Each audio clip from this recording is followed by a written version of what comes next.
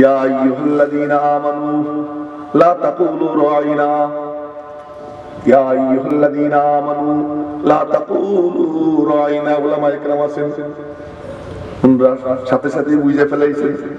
সাধারণ ভাইদের জন্য আমি একটু তরজমা করতেছি। আল্লাহ পাক বলেন, ও আমার ইমানদার বান্দারা, আমার মাহবুবের সঙ্গে বেয়াদবি কইরো না। এই আয়াতের সার সংক্ষেপ, আমার মাহবুবের সঙ্গে বেয়াদবি কইরো না। বড় শানওয়ালা নবী, বড় মানওয়ালা নবী, আজমতওয়ালা নবী, ইজ্জতওয়ালা নবী আল্লাহ পাক রব্বুল আলামিন এত মান তাকে দান করেছেন যে কোরআনে কারীমে আল্লাহ তাআলা নবীজির এক একটা অঙ্গের আলাদা আলাদা আলোচনা করেছেন। এক একটা অঙ্গের দেখেন না চাইয়েছি আল্লাহ কি কয়। আল্লাহ পাক বলেন, মাহবুব আলাম নাশরাহ লাকা সাদরাক, তোমার সিনা, তোমার সিনা, আনকাদা যাহরাক, তোমার কোমর, লা তাজাল ইয়াদাকা মাগলুলাতান ইলা উনুকিকা, তোমার হাত, উনুকিকা তোমার গর্দান, নাযালা বিহি রূহুল আমিন আলা কলবিকা, তোমার কলব। এক এক অঙ্গের আলোচনা করে এরপরে আবার একসঙ্গে মিলিয়ে কয় লা আমরুকা মাহবুব, তোমার জিন্দেগীর কসম। আল্লাহ পাক কেমন শান মান তাকে দিয়েছে, ওই শানওয়ালা নবী, মানওয়ালা নবী। আল্লাহ পাক তার মাহবুবের ইজ্জত আল্লাহ নিজে দিয়েছেন। তার মাহবুবকে যে ইজ্জত দেয় আল্লাহ পাক তাকে ইজ্জতওয়ালা বানাইয়া দেয়। যে তার মাহবুবকে ইজ্জত দেয়, মাহবুবকে যে উপরে উঠায় আল্লাহ তার উপরে উঠাইয়া দেয়। প্রথমে কর্তৃপক্ষের উপরে আমার অভিযোগটা হলো এই যে শ্রোতা আর বক্তার মধ্যে এত ডিস্টেন্স কেন রাখা হয়েছে আমি জানি না। আমার নবীজি যখন বয়ান করতেন শ্রোতারা কাছাকাছি থাকত এবং মাঝখানে গ্যাপ খুব কম থাকতো, এমনকি মিম্বরের কাছে লাইগে বসে থাকতেন সাহাবায়ে। আর আমরা কি এমন হয়ে গেলাম যে আমার ভিন্ন জগতে বসত করতে হবে, মাঝখানে বিশাল গ্যাপ রাখতে হবে। আরে হযরত ওমর ফারুক রাদিয়াল্লাহু তাআলা আনহু তিনি 22 লক্ষ বর্গ মাইল এরিয়ার শাসন করতেছিলেন, নিজে মসজিদ ঝাড়ু দিতেন। ভাইও গাছতলায় নিজের হাতকে বালিশ বানাইয়া মাটির উপরে ঘুমাই থাকতেন। কেন? ভয় ছিল না, কোনো ভয় ছিল না, জালেম ছিলেন না। আমাদের সামান্য সামান্য একজন প্রশাসক আগে পিছে প্রহরা, তারপরেও দুরুদুরু, এই সিস্টেম তারা বানাইছে। এটা দিনই জলসার রং না। দিনই জলসায় আমার কাছাকাছি থাকবে, পাশাপাশি থাকবে, মুখোমুখি থাকবে, এই নিয়ম। এক নম্বর কথা গেল, অভিযোগ করলাম, আমরা রাগ করলে আমার কিছু করার নাই, ভিতরে যে কথা আসে ওটা আমি বলে ফেলি। 2 নম্বর কথা যে ঘোষক আমার নাম ঘোষণা দিতে গিয়ে কত কিছু বললো, হ্যাঁ এটারে বলে যে মিষ্টি মিশ্রিত বিষ, মানে বিষের মধ্যে একটু মিষ্টি মিশে যায়, আসলে কিন্তু বিষ। মেরে মোহতারাম ভাইও, এই যে ডেজিগনেশন, উপাধি, অমুক অমুক অমুক, অনেক কিছু বললে মনে হয় যেন বক্তা ফুলে যায়, আসলে কি তাই হয়? अल्फाज के पेचू में उलझते नहीं दाना, अल्फाज के पेचू में उलझते नहीं दाना, गौहस को मतलब है सदफ से के गहर से। শব্দের মারপেচ, সাহিত্য আর অসাধারণ উপস্থাপনা, এ দিয়ে কিছু হয় না। আসলে তো হয় দিল থেকে যদি কথা বের হয় আল্লাহ পাক ওই কথা দিলের মধ্যে নিয়ে লাগাইয়া দেয়। কার কত বড় ডেজিগনেশন এটা কোনো দেখার জিনিস না। হ্যাঁ, তবে একটা কথা ঠিক যে এই চেয়ার আমার না, এই চেয়ার মুরব্বীদের, মুরব্বীদেরও না, এই চেয়ার সরাসরি নবীজির দখলে। সুবহানাল্লাহ বলবেন না? আরো জোরে বলেন না সুবহানাল্লাহ? হয় নাই? আরো জোরে সুবহানাল্লাহ। আচ্ছা, মনে মনে বলতেছেন জোরে কেন বলায়? এমনি এমনি না, এই বাতাস দূষিত, এর মধ্যে গানের ময়লা, বাজনার ময়লা, এরপরে ফেসবুকের ময়লা, ইন্টারনেটের ময়লা, জুলুম অত্যাচারের ময়লা, গালাগালের ময়লা, সুদের ময়লা, ঘুষের ময়লা, বেহায়াপনা বেলেল্লাপনার ময়লা, ময়লায় ময়লায় বাতাস গেছে দূষিত হয়ে। এই দূষিত বাতাসকে যদি নুরানি বানাইতে হয়, তার আর কোনো অস্ত্র নাই, একটাই মাত্র অস্ত্র আছে, যে মারো বাড়ি জোরে আল্লাহর নামের সুবহানাল্লাহ, লা ইলাহা ইল্লাল্লাহ। এ আমার গলা ভাঙ্গা, আপনাদের তোর গলা ভাঙ্গা, তো জোরে বলেন না, লা ইলাহা ইল্লাল্লাহ। আরে চাহি বাস লেকিন অন্ধকে দিওয়ানা বাস। এই বেটা তুই চা নিয়ে এখান থেকে বের হ, বের হ, একটু বের হ, বের হ, বের হ।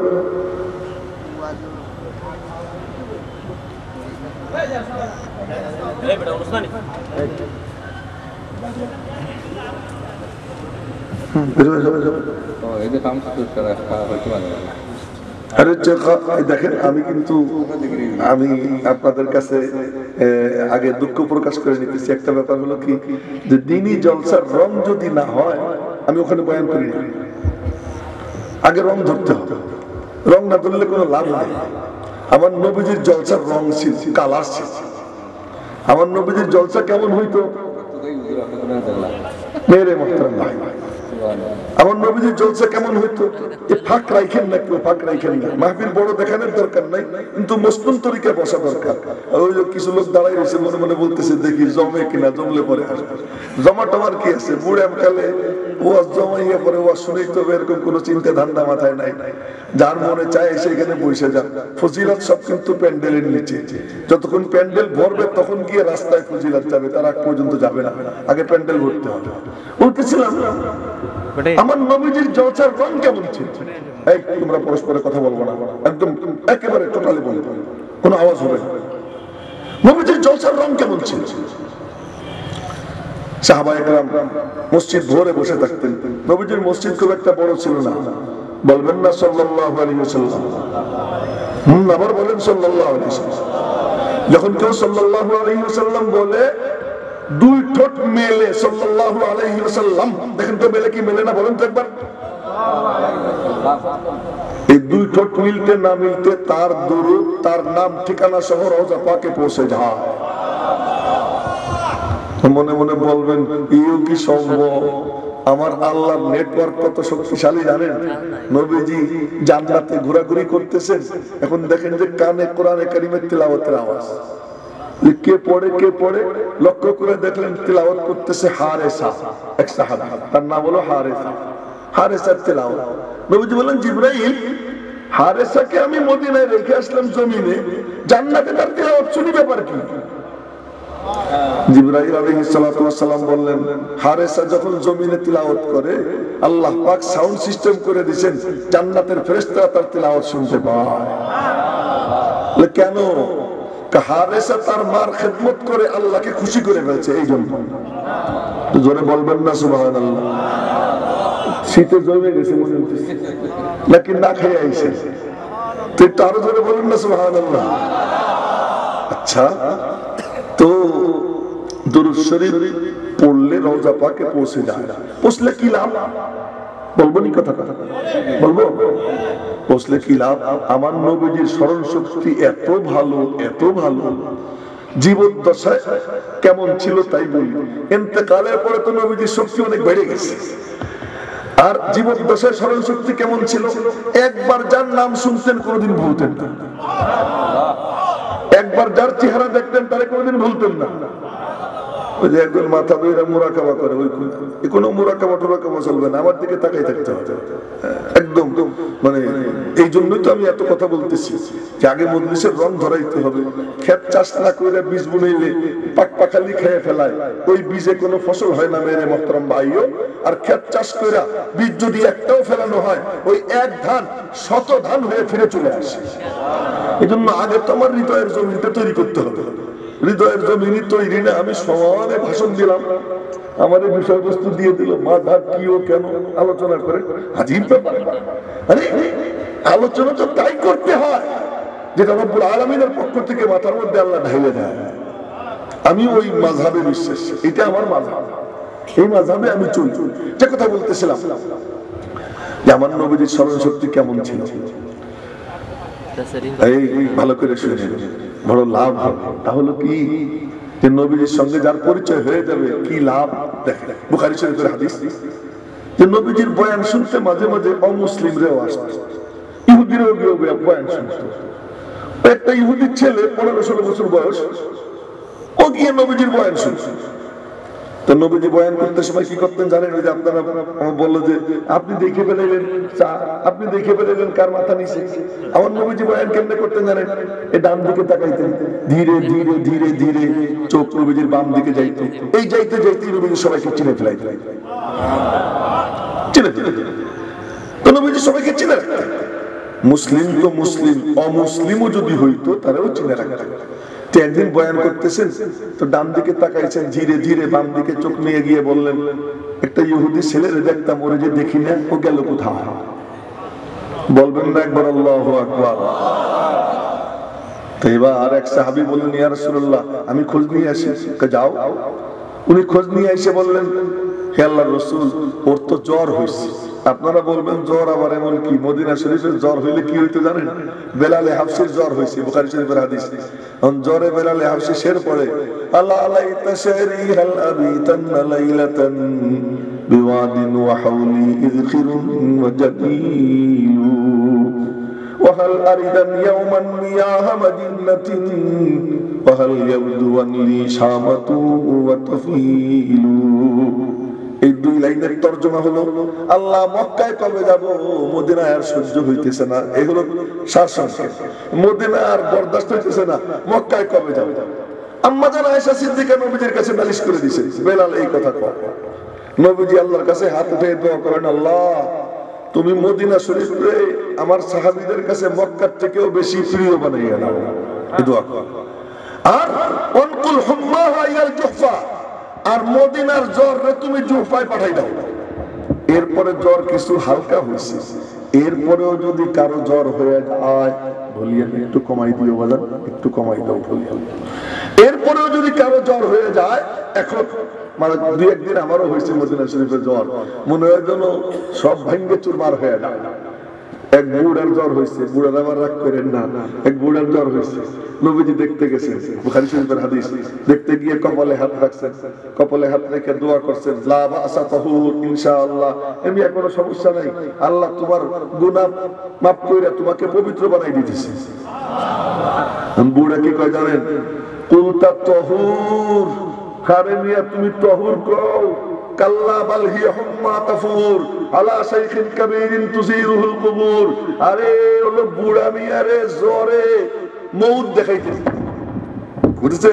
এই বুড়া মিয়ারে টকবকে জ্বরে কবর দেখাইতেছে। নবীজি বললেন, আচ্ছা বাবা তুমি কবরই দেখো। তো জ্বর হইলে কবর দেখো, ওই জ্বরে আক্রান্ত ওই ছেলেটা। তো নবীজি বললেন, আচ্ছা ছেলেটার জ্বর হয়েছে, চলো ওরে দেখে আসি। নবীজি দেখতে যাইতেছেন, সমস্ত নবীদের সর্দার কাকে? ইহুদির বাচ্চাকে, ইহুদির বাচ্চা দেখতে যাইতেছেন। কেমন আখলাক ওয়ালা নবী জনাব মুহাম্মদুর কি একা যাইতেন না সাথে সাহাবীরা যাইতেন?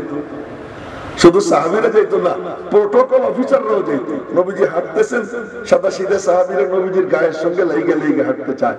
নবীজি বললেন, একটু পিছনে থাকো। ইয়া রাসূলুল্লাহ, কেন? আমার প্রোটোকল অফিসাররা আমার পিছনে আছে। ফেরেশতাদের নিরাপত্তা বাহিনী নবীজিকে চারপাশ দিয়ে ঘিরা নবীজির সঙ্গে সঙ্গে হাঁটত। এই সব বাহিনী নিয়ে নবীজি দেখতে গেছেন ইহুদি ছেলে, ছেলেটা শুয়ে রয়েছে। নবীজি তার দিকে তাকাইলেন, তাকাইয়া দেখলেন লক্ষণ ভালো না, মারা যাবে। তো নবীজি ডাক দিলেন, বাবু। নবীজির দিকে তাকাইছে। নবীজি বললেন, তুই কলেমা পড়ে ফেলা। তোর আব্বা পাশে দাঁড়াইছিল, আব্বার দিকে তাকাইছে, বুড়া বাপ। কি রে আব্বা, পড়বো না?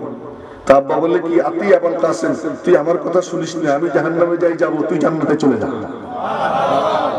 বাবা বলতেছে ছেলেকে, তুই জান্নাতে চলে যা। আর ওই ছেলে নবীজির 2 চোখে চোখ রাইখা ক্ষীণ কণ্ঠে বলে, আশহাদু আল্লা ইলাহা ইল্লাল্লাহ ওয়া আশহাদু আন্নাকা রাসূলুল্লাহ। এই কথা বলতে না বলতে মাথা ঢলে পড়ে যায়, সাথে সাথে ওর ইন্তেকাল হয়ে যায়।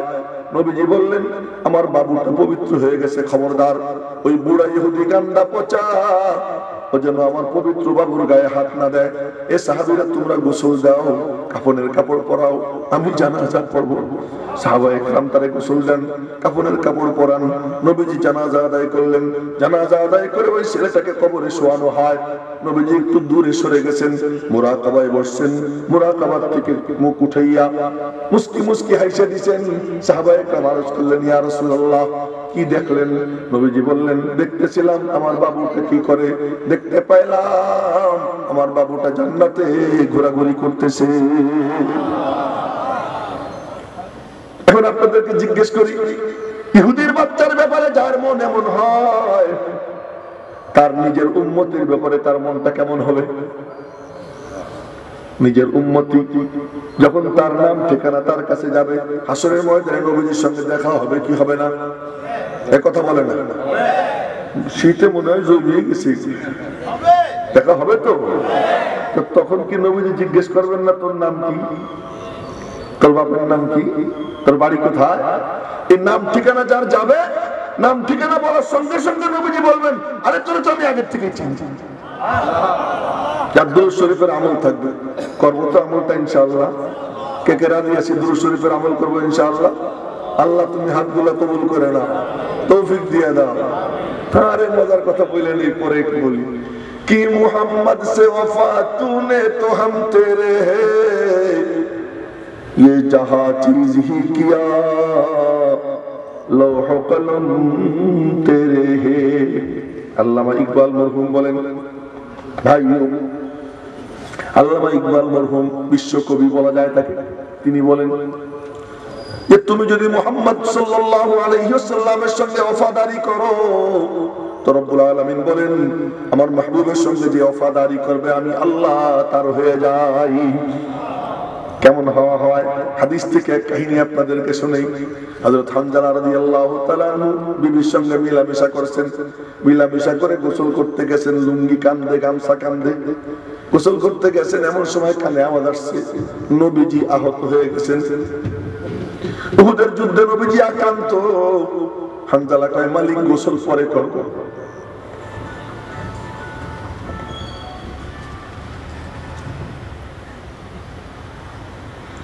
হানজালা বলেন, মালিক গোসল আমি পরে করব, তোমার মাহবুব আক্রান্ত। আমি যুদ্ধে রওনা হইলাম। এক দৌড় দিয়ে উহুদের ময়দানে যায়। যুদ্ধ করতে করতে করতে করতে শহীদ হয়ে যায়। শহীদদেরকে তো গোসল দেওয়া হয় না, ওই অবস্থায় তাদের জানাজা দিয়ে কবরে শোয়ানো হয়। মেরে মুহতারাম ভাইও, নবীজি সবার এক একজনকে কবরে শোয়াইতেছেন। নবীজির চোখের সামনে দুইজনকে এক এক কবরে রাখা হয়েছে উহুদের শহীদদের। এখন সবাইকে রাখা হয়, হানজালাকে পাওয়া যায় না। হানজালা কোথায়, হানজালা কোথায়? এর মধ্যে নবীজি মুরাকাবা করলেন। মুরাকাবার মধ্যে স্পষ্ট হয় যে হানজালাকে মাওলা নিয়ে গেছেন গোসল করাই দেওয়ার জন্য। বলে কেন? হানজালার উপর গোসল ফরজ, আমার মাহবুব তো জানে না, আমি আল্লাহ জানি। হানজালা তার ফরজ গোসল বাদ দিয়ে আমার মাহবুবের হেফাজতের জন্য দৌড়ে এসে জীবন দিয়ে দিছে। তো হানজালাকে জমিনের কারো গোসল দেওয়ার দরকার নাই, আমি আল্লাহ নিজে জান্নাতের পানি দিয়ে ওর গোসলের ব্যবস্থা করে দিলাম। কি মোহাম্মদ সে ওয়াফা তূনে তো হাম তেরে हैं, ये जहां चीज ही किया लौह कलम तेरे हैं। আর একটা ছোট্ট ঘটনা মনে পড়ে গেল। এতটুকু একটা বাচ্চা কান খুলে শুনবো, দিলের কান দিয়ে শুনবো। ভাইও, এই কান দিয়ে শুনলে কোনো লাভ হয় না, এই দিলের কান দিয়ে শুনতে হয়। এতটুকু একটা বাচ্চা নবীজির দরবারে যাইতে আসতো। এই ছোট্ট বাচ্চা গিয়ে বয়ান শুনতো, হা করে চাইয়ে থাকতো। নবীজির বয়ান শুনতো ছোট্ট একটা বাচ্চা, ওর চাচার আঙ্গুল ধরে ধরে যাইতো। একদিন গেছে ও একাই, চাচা যায় নাই। নবীজি বয়ান করছেন কিয়ামত সম্পর্কে। তো নবীজির মজলিস থেকে উঠে বাড়ির দিকে যায়। রাস্তায় চাচার সঙ্গে দেখা। বলে কি, আম্মা চাচ্চু কি নবীজি কিয়ামত সম্পর্কে এমন বয়ান করছেন, আমার মনে হইতেছে আমি চাইয়ে দেখতেছি। ছোট্ট বাচ্চা কইছে। এবার চাচা কি বলে? চাচা বলে কি, ইন কানা মা ইয়াকুলু মুহাম্মাদুন হাক্কান ফাআনা আরজালু মিনাল হামির। মুহাম্মাদের কথা যদি সত্য হয় তো আমি গাধার থেকেও খারাপ। ওই ছেলে চমকে বলে কি, আমার চাচা মুনাফিক, আমার চাচা মুনাফিক। সাথে সাথে কয়, আল্লাহ তুমি সাক্ষী থাকো, আমি আমার চাচার থেকে সম্পর্ক ছিন্ন করলাম। এই কথা বললে বলে, চাচু তুমি তো মুনাফিক, আমি নবীজির কাছে নালিশ করব। চাচা কয় কি, নবীজি তোর কথা বিশ্বাস করবে না, তুই ছোট্ট বাচ্চা, যা যা পারিস কর। ও গিয়া নবীজির দরওয়াজার পাল্লা ধরে দাঁড়াই রয়েছে। ছোট্ট বাচ্চা নবীজির রুমে ঢুকে গেছে, দরওয়াজার পাল্লা ধরে দাঁড়াই রয়েছে। নবীজি রহমতের নজরে তাকাইছে, বলেন, বাবু কি রে, কি হয়েছে? পুরো ঘটনা খুলে বলছে। বড় বড় সাহাবীদেরকে ডাক দিয়ে নবীজি জিজ্ঞাসা করলেন, ও কি বলে শোনো। সাহাবীরা কয়, ইয়া রাসূলুল্লাহ, পিচ্চি মানুষ, ও তো কিছু বোঝেই না, ওর কথার গুরুত্ব দেওয়ার দরকার নেই, উনি তো বড় নেককার মানুষ, আমাদের সঙ্গে নামাজ কালাম পড়ে। নবীজি বলেন, যা বাবু তুই যা, কি না কি বলছে দরকার নাই, ওটা বাদ দিয়ে দে।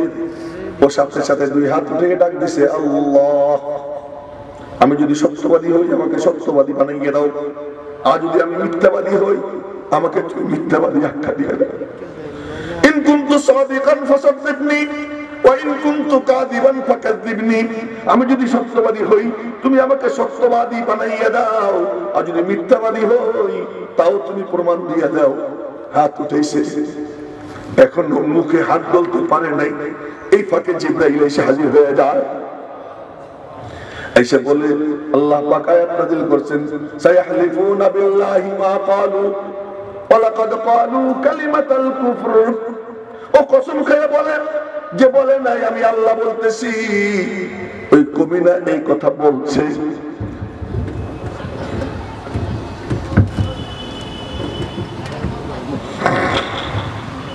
আমি আল্লাহ বলতেছি বলছে, হায় হায়।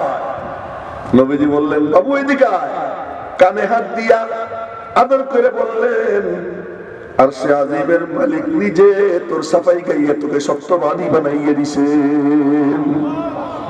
কি মোহাম্মদ সে वफा तूने तो हम तेरे हैं, ये जहां चीज ही किया लौह कलम तेरे हैं।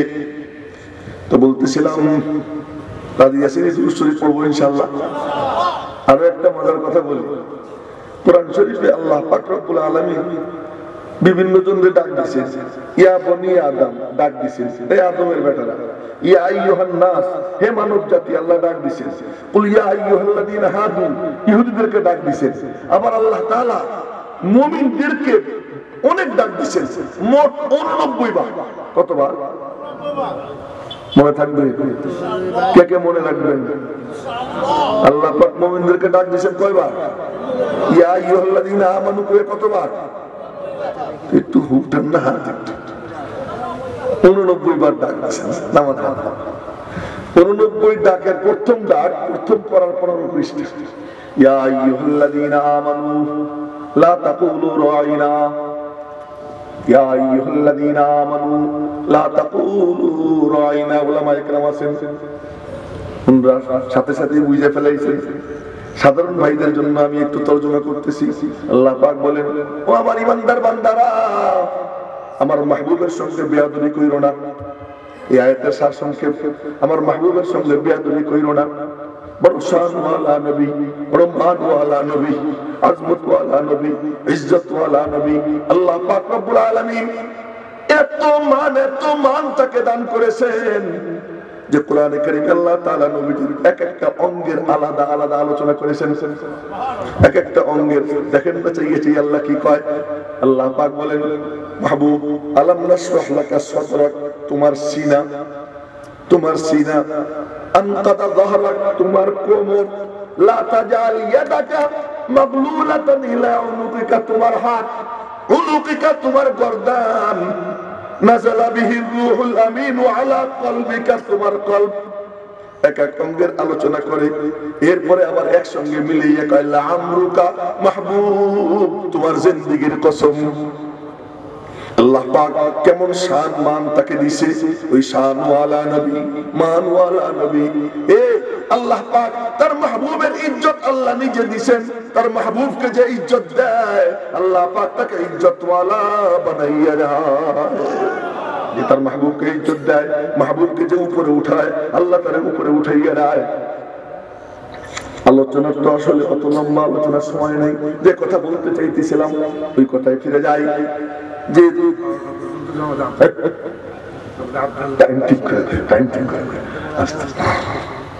ভাইও আমি কথা বলতেছি, বাকি আপনাদের সকলের কাছে অনুরোধ যে মনোযোগ দিয়ে দিলের কান দিয়ে শুনবেন।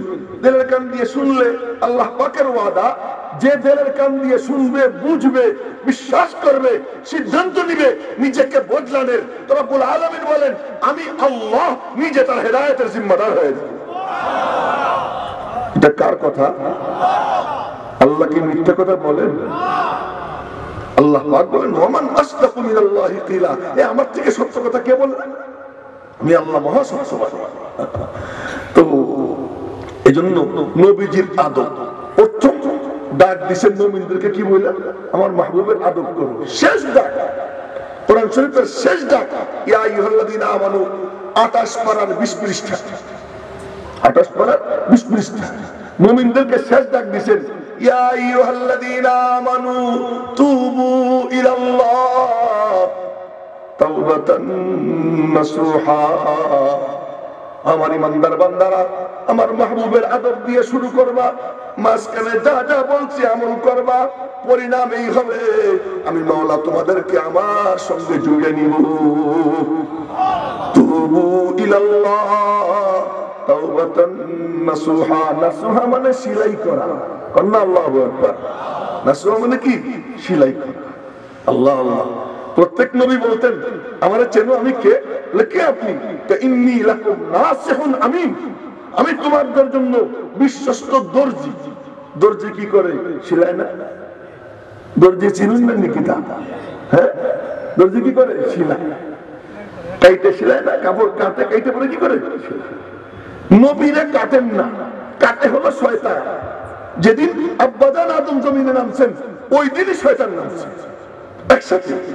একসাথেই নামছে এবং বলছে যে আমি ওট পাইতে বসে থাকবো, আমি শুধু কাটবো। আল্লাহকে কাটতে থাকতো, তো কাটে। আর নবীদেরকে আল্লাহ পাঠাইছেন যা তোরা সিলাই দে, তোরা দিয়ে সিলাই দে। তো নবীরা এসে কি বলছেন? ইন্নী লাকুম নাসিহুন আমিন, আমি তোমাদের জন্য বিশ্বস্ত দর্জি। দর্জির কাম কাটা কাপড় সিলাইয়া জোড়া লাগাইয়া দেয়, সুতা দিয়ে সিলায়। আর নবী আমি আসছি মাওলার পক্ষ থেকে তোমার মাওলার সঙ্গে জুড়বো, কোন সুতা টুতা না। আল্লাহ পাক তার কিতাব আমাকে দিবেন, ওই কিতাব, আমি ওই কিতাবের মালা তোমার দিলের মধ্যে কাটবো। কিতাবের মালা যে দিলের মধ্যে কাটবে, মাওলা পাক তাকে নিজের সঙ্গে জুড়ে নিবে। সব নবীরা কিতাব পেশ করছেন, আর আমাদের নবীজি এসে বলেন কি? সবাই আনছে কিতাব, আমি নিয়ে আইছি কালামুল্লাহ। আমি আনছি কি? কালাম, আল্লাহ কালাম। এইটা যে নিবে আল্লাহর সঙ্গে সে জুড়ে যাবে। হযরত আলী রাদিয়াল্লাহু তাআলা বলতেন আমার যখন মনে চায় আল্লাহর সাথে গল্প করব, নামাজে দাঁড়াই যাই, আল্লাহর সাথে আমি গল্প করি। আর যখন আমার মনে চায় আল্লাহ আমার সাথে গল্প করুক, তখন আমি কোরআন শরীফ পড়া শুরু করে দিই। তো কোরআন শরীফ পরিমাণে আল্লাহ আমার সাথে কি করতেছেন? গল্প করতেছেন। মেরে মুহতারাম ভাইও, তো বলতেছিলাম যে আমি কথা অনেক দূর ছড়াই যাইতেছি, গুটানোর চেষ্টা করতেছি। তো প্রথম ডাক, ইয়া আইয়ুহাল্লাযীনা আমানু লা তাকুলু রাইনা, ও ঈমানদার বান্দারা তোমরা রাইনা বইলো না। আমার মাহবুবের সঙ্গে কথা বলতে আদব কায়দা রক্ষা করো। সার মানে মূল সার সংক্ষেপ কথাটা বললাম, মূল কথাটা বললাম, আমার মাহবুবের আদব করো। আর শেষে ডাক দিয়ে বলতেছেন ইয়া আইয়ুহাল্লাযীনা আমানু তুবু ইলাল্লাহ তাওবাতান নাসুহা। আমার ইমানদার বান্দারা আমার মাহবুবের আদব দিয়ে শুরু করো, মাঝখানে যত ডাক দিছি ডাকগুলোরে গুরুত্ব দাও, পরিণাম এই হবে আমি মাওলা তোমাদেরকে রহমতের কোলে তুলে জান্নাতে পৌঁছিয়ে দিব। ফাদখুলি ফি ইবাদি ওয়াদখুলি জান্নাতি। সুতরাং নবীজির সঙ্গে আদবের কথা দিয়ে শুরু করছে। তো বলতেছিলাম নবীজির মজলিস কেমন হইতো, মনে আছে তো কথা? হ্যাঁ, একজন এমনি বসে বসে হাঁটু ধরে, এইরকম হাঁটু ধরে বসা নবীজি পছন্দ করতেন না। বসবো, যার ভালো লাগে আসন দিয়ে বসেন, বসে। এই আমার নবীজি বলতেন যে আনা লাকুম বিমানজিলাতিল ওয়ালিদি লিওয়ালাদিকুম ওয়াআল্লিমুকুম কুল্লা শাই হাত্তাল খিরাআতা। আমি তোমাদের জন্য তেমন, সন্তানের জন্য পিতা যেমন, আমি তোমাদেরকে সবকিছু শিখাই, এমন কি পায়খানায় গিয়ে কেমনে বসবা, কেমনে সুসু করবা তাও আমি শিখি। নবীজি বলেন, নবীজির মাকাম, তার মানসাব এটা। এই যে আমি যে আপনাদেরকে এমনি বসছেন কেন, অমনে বসছেন কেন বলি, এমনি এমনি না। আখের আমার গায়ে তো তকমা লেগে গেছে যে আমি বলে ওর এসে নবী, যদিও ওই জিনিস ভিতরে নাই, কিন্তু আলেম নাম ডেজিগনেশন গায়ে লাগার কারণে এই তকমাটা লেগে গেছে। এই জন্য এইগুলো বলা আমার দায়িত্ব, যদি না বলি আল্লাহর কাছে ঠেকা থাকে, এই জন্য বলতেছি। তা বলতেছিলাম যে রাসূল পাক সাল্লাল্লাহু আলাইহি ওয়াসাল্লামের মজলিস কেমন ছিল, মনে আছে তো? রাসূল পাক সাল্লাল্লাহু আলাইহি ওয়াসাল্লাম বললেন না, আমি যখন বললাম রাসূল পাক, আপনারা বলবেন না সাল্লাল্লাহু আলাইহি ওয়াসাল্লাম? হ্যাঁ, আর যেন বাদ না যায়। ওই মজলিস আমি খুব ঘৃণা করি, যে মজলিসে আমার নবীজির নাম নেওয়ার পরে দুরূদ শরীফ পড়া হয়। আমার কথা বলতে মনে চায় না। আপনাদের যদি দেখতে হয় দেখে আসবেন। ঢাকায় আমি যে মসজিদে জুমা পড়াই, আমি যখন নবীজির নাম নেই আমার খুশিতে বুকটা ফুলে যায়। আমার সব মুসল্লি একসাথে বলে উঠে সাল্লাল্লাহু আলাইহি ওয়াসাল্লাম, এবং মসজিদের মধ্যে একটা অন্যরকম আওয়াজ হয়, পরিবেশ সৃষ্টি হয়। এই জন্য যখন নবীজির নাম নেব মহব্বতের সঙ্গে সবাই পড়বো সাল্লাল্লাহু আলাইহি ওয়াসাল্লাম। তো বলতেছিলাম যে নবীজির মজলিস কেমন ছিল। পুরো মসজিদ ভরা থাকতো। নবীজির মসজিদ বেশি বড় ছিল না। নবীজির রওজা পাকের ওখান থেকে নিয়ে 10টা পিলার পর্যন্ত, পশ্চিম দিকে 10টা পিলার, এই এতটুকু কি ছিল, লম্বা ছিল। ওখানে লেখা আছে সবুজ কালি দিয়া, হাদা হাদ্দু মসজিদিন নবী সাল্লাল্লাহু আলাইহি ওয়াসাল্লাম, এটা নবীজির মসজিদের সীমানা। তো ওই পর্যন্ত সাহাবীরা ভরা থাকতেন, খাঁচাখাঁচ ভরা থাকতেন। নবীজি রুমে থাকতেন, তিনি বসে আছেন, ওঠেন না। আম্মা জান আয়েশা সিদ্দিকাও বলেন না যে যান, সাহাবীরা মসজিদ ভরে রয়েছে। মা বলতেন না। কোন সাহাবী গিয়ে ডাকও দিতেন না, ইয়া রাসূলুল্লাহ কতক্ষণ ধরে বসে রয়েছি, আপনি আসেন না কেন? কেউ বলতেন না। নবীজি বসে আছেন কেন? তার প্রতি লমহা, প্রতি সেকেন্ডে সেকেন্ডে আল্লাহ পাক রব্বুল আলামিনের দেখছো গুনাহ করে, এই জন্যই তো মাফ চায়। বলবেন না নাউজুবিল্লাহ? আসলে মাফ চাইতো কেন জানেন? এই যে হুজুর আমার পাশে বসা, আমি ওনার চিনি, উনি মাওলানা। একটু পরে দেখি ইংরেজিতে কথা কয়, আয় হায় আস্তাগফিরুল্লাহ, উনি যে ইংরেজি জানে আমি জানতাম না। একটু পরে দেখি সুবহানাল্লাহ